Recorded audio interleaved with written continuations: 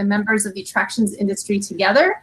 Today, we are excited to talk about water parks and the water park industry and what does this mean if you're a water park operator and you're getting ready to reopen after the COVID-19, and what does that mean for all of us with social distancing, training, and bringing our teams together, and ultimately welcoming our guests. I'm thrilled to have our two speakers today with us. Today we've got Richard "Rack" Carroll, who we all know from Ellis & Associates, and also we have Scott Deisley, who is the Safety Skills Training Managing Director. So Scott and Rack, welcome. We're particularly happy to have you, Scott, coming all the way over from UAE, but we look like we're all in each other's living room, so this is great. Thank you both. Thank you both. Thanks, Susan. So as we've all been talking amongst ourselves, with our teams, with our companies, and as members of the industry, and you guys have been involved with IAAPA for many years, board members and committee members and volunteers, I know this is something that we're all concerned about because you want to get open and your clients want to be open. And before everybody opens, there are many questions to do that. And one of those is definitely going to be, what should I be doing now? Or what can I be doing now? Or how do I really ready my teams to open? And I think the water park constituency and community is a unique one because we're not in pools in our houses right now. So if you could give some advice to operators and members get ready to bring their teams together and welcome guests, what do you have to say? Well, thank you, Susie, for having us today. And you know, we're at the right time to start our planning because that's really the stage that we should be in right now. And as you said, we're not ready to be in the pool yet, but we do need to get ready to be in the pool from a lifeguard training standpoint. But really, in general, training this year is going to be it's always critical, but this year is certainly going to have an extra layer of importance, especially with changes that are going to come through our standard operating procedures, through the lifeguard training changes that we're going to speak about a little bit today, and even some of the equipment changes that are coming forward. But overall, I think right now the most important aspect of getting ready is planning. It'll take a little while for our individual states to get us to a stage 2, stage 3 area where we hope that we're going to be able to live and operate in. However, right now is the time to start planning ahead. And I think the word of the day today is going to be phase training. Taking a phased look at how your training is going to lay out and using every bit of the resources that you may have available today. You know, obviously we're all zoomed out and GoToMeetinged out, but these are great tools. And there's other tools out there like Marco Polo and other type of video platforms that can allow you as an instructor or as a manager to be able to record snippets and get the training out there. But really right now, I think the important is the phase. Training can't be a bottleneck, right? So we need to make sure that we're planning now because this is going to be a year where we're going to have a very tight time space between when our facilities are ready to open and when they're actually going to open. We may not have that 2 or 3 weeks of a beautiful looking park that we're doing training and site-specific training during. We may have 1 or 2 days that we're going to be able to do our site-specific training, which is going to really mean that we're going to have to rely heavy on any distance learning resource that we can provide.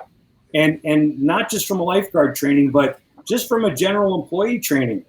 Get your handbook out to your employees, pull up a Zoom conference and start going over the content. A way to get them as prepared as you could possibly be prior to them getting to the hands-on and practicing part at the facility. No, I think that's great. And you know, one of the things that we discussed as we prepared for today's session is, Scott, is how the communication and what you do between your team and understanding regulations and being ready to open and communicating with here's what we're doing. So you have some unique experiences of what you guys are doing there in the UAE, but maybe you can touch on a little bit of what's going on between operators and your team and guests and bringing everybody together?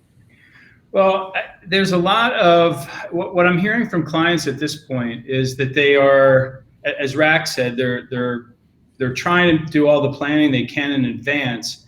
A lot of the planning sessions are going on.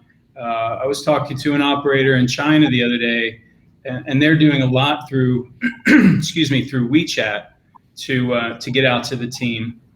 So it's about getting everything done that you can in advance before you get to crunch time, like Rack was saying. One of the things I thought was interesting is this whole idea of distance learning for a lifeguard. It feels counterintuitive to me. So, you know, and for someone who's like, no, my lifeguards have to get a certain number of hours in the pool. What is an example of distance learning, or I like the term you used yesterday, Rack, of blended learning? Yeah, you know, lifeguard training, it traditionally is us together in a group, in a class, in the pool, bonding and building team culture. And that's the traditional lifeguard training and the experiential part of the training that's very important. This year, obviously, with the challenges we're going to have and the time crunches that we're going to have to get open, blended learning is going to be the absolute right fit for what we have going on. And blended learning is going to tie in online training functions as well as combining with the practical completion, which is always going to be a part of lifeguard training. So blended learning, starting with the online program, you know, mastery learning concepts are embedded, video learning embedded, end of unit quizzes, all part of the process. These taking advantage of the distance learning resources are important. We've gone extra steps in addition to our training management system having an online program that's interactive. We've also developed additional video resources as well as taking the actual lifeguard exam and made it an online function as well. So further trying to decrease the touch points that are traditional in lifeguard training that we're not going to necessarily have the opportunity to do this year.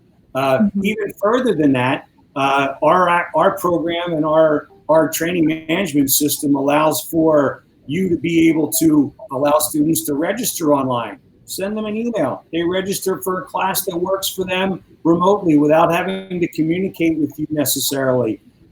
Gives also the ability to be able to recruit a little bit. Posting that class on our site is going to show a wider recruitment and a wider availability. There are going to be a number of locations and pools in every community that have already decided not to open, some smaller municipal type operations. So you may find that there's lifeguards out there who are looking to work that hadn't worked for you before, that may not be part of your normal traditional recruiting process. And one of the last aspects that's great is the ability to have the Stripe integration, which allows you to collect any fees electronically or process it. Now we're taking out a lot of the touch points that are traditionally part of lifeguard training. And it's really the same thing we're trying to tackle operationally when we're getting back to operations. I agree, and I think it's all fascinating. And you know, one of the things that we've all been talking about is being nimble and being innovative, and what can we be doing now? And our conversation last week, one of the topics was not just sitting and wringing your hands and saying we're not open, we can't do anything. Now is the time to be very busy. So when we transition from thinking about here's how we get our lifeguards training and ready, what are some of the things that facilities need to start considering as they're planning to reopen? I think, you know, Rack touched on some of like just there's in your municipalities, there's various things to look at, but what are some things that you really recommend that operators do as they get ready? Well, there's a couple different things that the operator's going to have to, a couple different levels that they're going to have to look at. The municipal and regulatory is really your basic level. This is really what, you know, this is the requirement, but this is going to vary from place to place. It's going to vary from country to country. It's going to vary from state to state in the U.S. It's the basics. Now, some of that may involve certain things. Here it's going to involve masks, for example. Everyone in public has to wear a mask right now. So these are the very basics, and they won't necessarily apply perfectly to our industry. So then you have to come along and you have to figure out what's right. And that's going to be the second level, the second layer there, where you're trying to determine what, in addition to the municipal guidelines, you need to impose, or that you need to employ.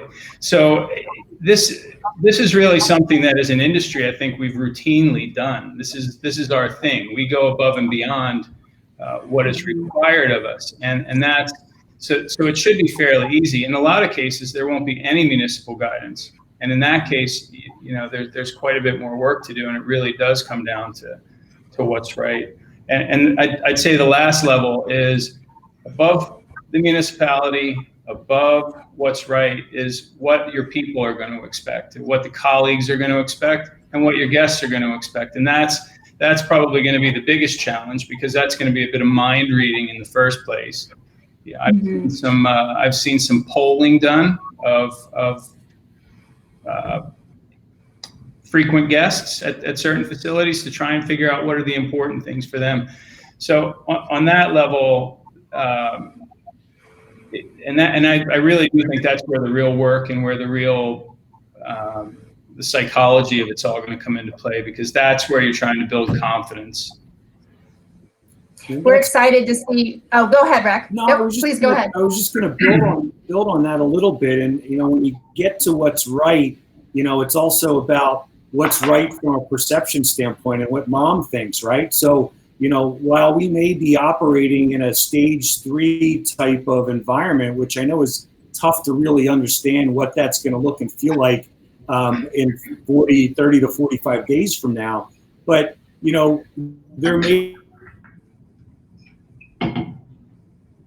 Uh-oh. Rack has frozen on us. In facilities, because the perception is that much important to the folks that are going to come, and the perception of the safety that we continue to provide for that environment for them to come and visit. Absolutely, and as a parent myself, that perception is huge, and also when you have a child who is itching to go back to these parks, we want to know that they're going to have a great time, and what are the things that have come into play. I'm looking at our screen. We have a whole bunch of people from all over. We've got people from France and Israel, New York, Oregon who are watching, so this is really exciting. And I'm seeing a question specifically to you, Rack, about do you foresee a change to in-service requirements and standards moving forward? Good question. I don't know that I see changes, certainly, to the way that we may actually perform them, conduct them, and look at them from where we have traditionally. And traditionally, it's been, we're all in a group setting, we're all at the park, we're doing a little water, we're doing a little classroom, we're doing a little team building, we're doing a little skills.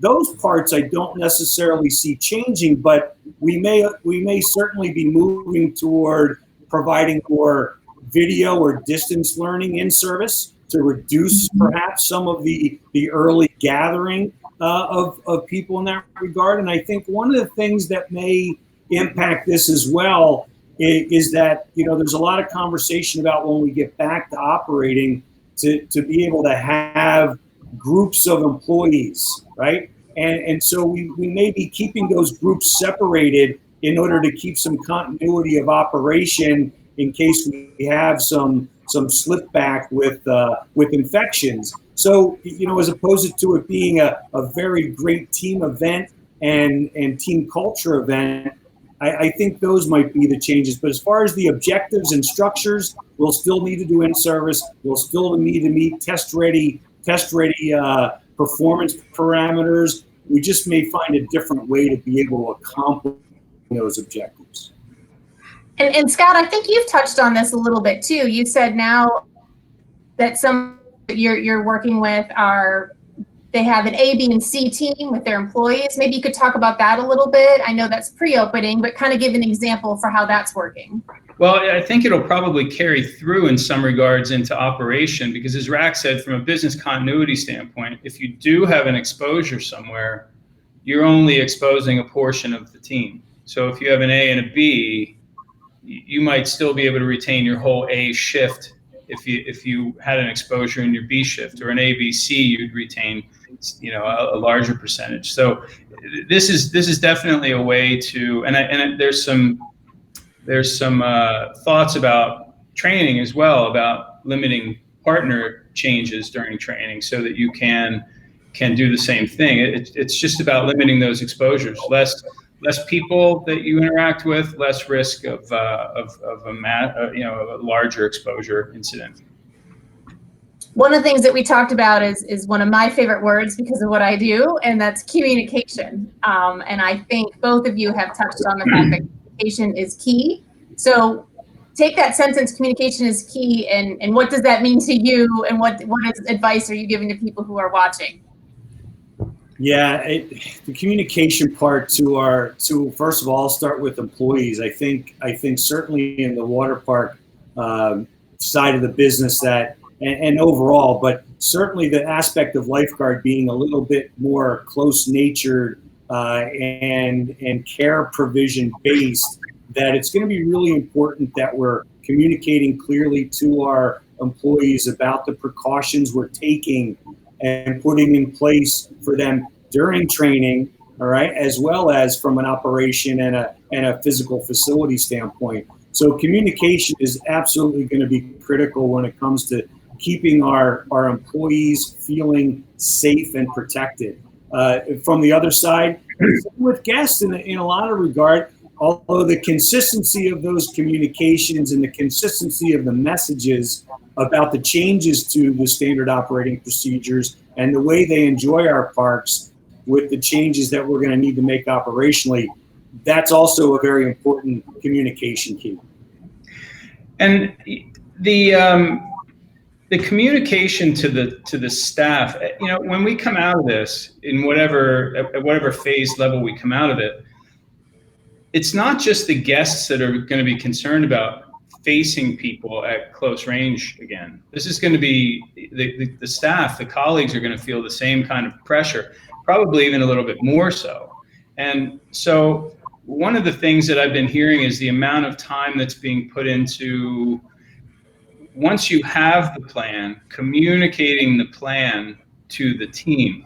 Because if you communicate the plan to the team, then when they're asked questions or when they face someone who's a little frustrated by the new guidelines, they'll be able to talk to them with confidence, and there won't be any, the stress will come down a bit. And if they aren't stressed, that's going to translate to our guests not being stressed. And I think that's really important. So, we talk about communicating with guests, and I think a lot of people are putting a lot of time into that, but really communicating that to the staff and making them feel comfortable, I think that's probably as important or more important. Agreed. I think one of the things we hear a lot too is that lifeguarding in particular is a great first job. And so there's a lot of people who are lifeguards that are young, they're teenagers, they're in their first job. So aside from wanting to do the job, they have parents that might be saying, is this the right job?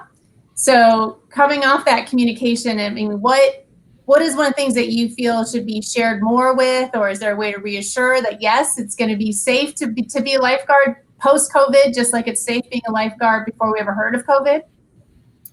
Well, I think it's going to be as safe, and certainly maybe safer with the precautions that are being taken and the education that everybody has now in the light of COVID, right? I feel like most of us are on our way to our PhD in COVID these days, and I think that the general public is there as well in a lot of regards.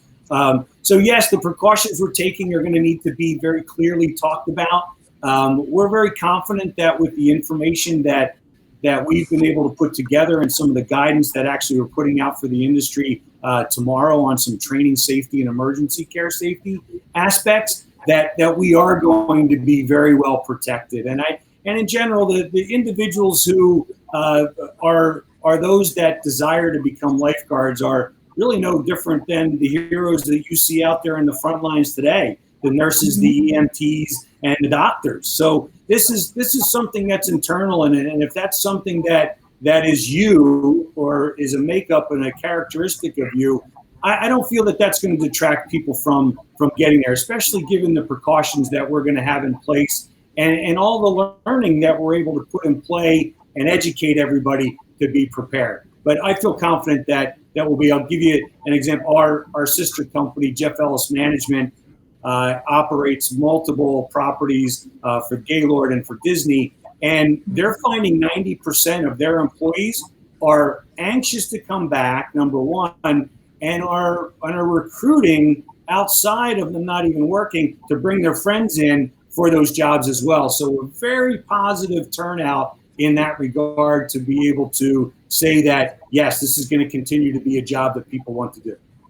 And I also think that the risks are going to be present in whatever job you have. You could be, you could work in a shoe store and you're still going to have exposures.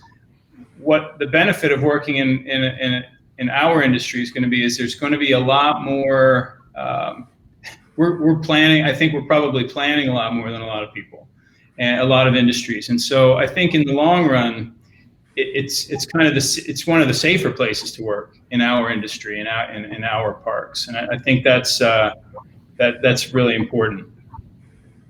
It's been fun to read the chats coming in on the side. We've also now got someone from Pakistan. It's exciting. So welcome to all of you. Illinois, we're here in the U.S. and Washington. Lindsay is saying, great point, Scott. Communicate with colleagues so that they feel comfortable both. Hi, Lindsay Saller. How are you? Lindsay says, it's important that colleagues understand new precautions, and delivering how the new precautions to guests is just as important. Do you want to talk a little more with that too, or add on to her point about communicating with guests about new precautions? Well, yeah. So it's important to talk to the staff about what your plan is, but communicating that plan to the guests, and I've seen everything from the emails that are coming out. I get a lot of emails from a lot of companies that I've done business with in the past. I get one from American Airlines every week or so, explaining to me what their precautions are, and that's I think that's important. And if I was going to get on an airplane tomorrow, I'd probably want to go and look at what the airline was doing. And I think our guests are going to be no different from that. I think they're going to be just as interested in knowing what we have planned, how we're going to keep them safe.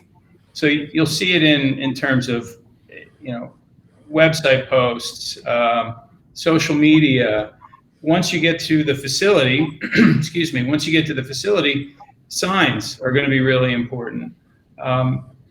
And once you've explained it once, having consistency as much as possible throughout your operation is going to be really important. If I'm waiting in a queue line in one place that has X's on the floor so that we can maintain spacing, I'd like to see that throughout. That's going to lower my stress level. Helping to communicate what the plan is, and then carrying it on consistently throughout your operation, I think is also going to make people feel comfortable. There's already enough stress, kind of getting to a park and getting situated without the rules being different at every turn. So communicating it and then making sure that it's consistently applied. Do you have anything to add to that, Rack? Well, you can't underestimate the power of the communication that we're giving guests. Look, we're going to have to re-educate guests in a lot of ways about how amusement parks and water parks are going to operate with COVID in mind, and it's going to be a lot different. So it's going to take an education, and there's a lot of conversation about how do you handle guests who may not be respecting the rules of the process and the social distancing that may or may not be in place. And, it's a difficult thing, but I don't think anybody's going to be out there not trying to be a good citizen. It's really just going to be more of the reality of, the same thing we say, right? When we get to amusement parks, sometimes our guests tend to leave their brains in the trunk, right? So, we really have to take that extra effort to be consistent with the messages that we're providing and the way we're educating our guests so that they're comfortable in knowing that they are being a good citizen and keeping the rules in play. Now, I think that might vary from country to country. There's certain places I've been where personal space is at high demand, right? So I think depending on where you are, knowing your clientele, that there will be potentially the need to, and I don't want to call it enforcement, but there would be the need to have some people to be the striped shirt and referee a situation a little bit. But that's going to come down to the operator knowing their clientele and knowing what they, what kind of messaging, how strong that messaging needs to be, and whether there needs to be kind of human intervention, personal intervention in situations. You both kind of touched on that a little bit. Alex Medellin is saying, what ideas do you have to help space guests waiting in queue lines? These are all the conversations that are so happening every minute of the day. There's probably 20 conference calls happening at the same time that we're doing this, all on those same subjects. And yes, is there going to be queue management and spacing? Yes. How people accomplish it, I think they're going to be in different ways. I've seen everything from painting to stickers to tape to other type of markings. But this is where we talk about the consistency, not just the queue lines, but the way that you may space your admission or security or health screening is going to need to look the same as you're doing it in your queue lines, so we can draw through that consistency through the guest journey and making sure that we are doing the same thing to help them be able to follow easier. Do you have anything to add to that, Scott? There's going to be challenges with this. I've seen the same things, and I think tape is going to be a challenge in a wet environment. I think I think you're going to have to make sure that the tape that you're planning to use is stout enough. And talking about pre-planning, get some now, test it, throw some water on it, put some feet on it. Making sure that you put your tape down, and then on the day you open, it's all torn up in 15 minutes, and you have no way of managing that. I think it's going to be really important. I think the paint is probably a good idea. I think I've seen stanchions creating kind of a chicane where on one step it's empty, on the next step it's full. So there's a number of different ways, but it's going to definitely have to work with your environment. So these calls always seem to go so fast, and we're actually coming up on our 11:30, believe it or not. So one of our local radio stations always does something that they call 3 big things you need to know. So I'm going to give you guys both the chance to tell us, what are 3 big things that you think everybody watching this today should know? 3 big things. Well, I think I'll start off from the top. Start planning now for training. Do it in phases and use video wherever you can and however you can to support that. Use this opportunity to improve your training delivery and communications and plans for the future. More blended learning and online distance in the future. I'd like to say that this is a one-time thing, but this is probably something we're going to all learn and grow with and develop and be ready for these type of situations and do more distance. Boss rack. So I think start planning now. Start planning as soon as possible. It's a bigger task than you think it is. No matter how big you think it is, it's bigger than that. So start planning now. Communicate your plans and be consistent in how in their application and how you execute them. And I'd say the third one is that your colleagues are key. This is going to be, they're your voice, they're your face. If they feel comfortable, your guests will feel comfortable. You can't be the one facing every guest, and therefore they need to be your ambassadors that they've always been for you, but in this tough time, they need to be even more prepared. So let them know you love them. Let them know that you don't love your guests more than you love them. Let them know that it's a 360-degree view that you've got, and that you're looking at it with their best intent, you know, the best for them as well. Well, I don't know what happened. We had Rack and he appears to have disappeared here, but that's the wonders of technology. But Scott, on behalf of all of us here at IAAPA, thank you very much. We really benefit from all this. You've been a dedicated volunteer for us for many years. And Rack, hopefully somewhere out there in the universe, you're hearing us too. Thank you so much for your time. For everybody, if you want to keep up with what's going on with IAAPA and how we're having resources regarding the COVID-19, please log on to IAAPA.org/COVID-19. So thank you, Scott. Thank you, Rack. And have a great day. All right. Take care.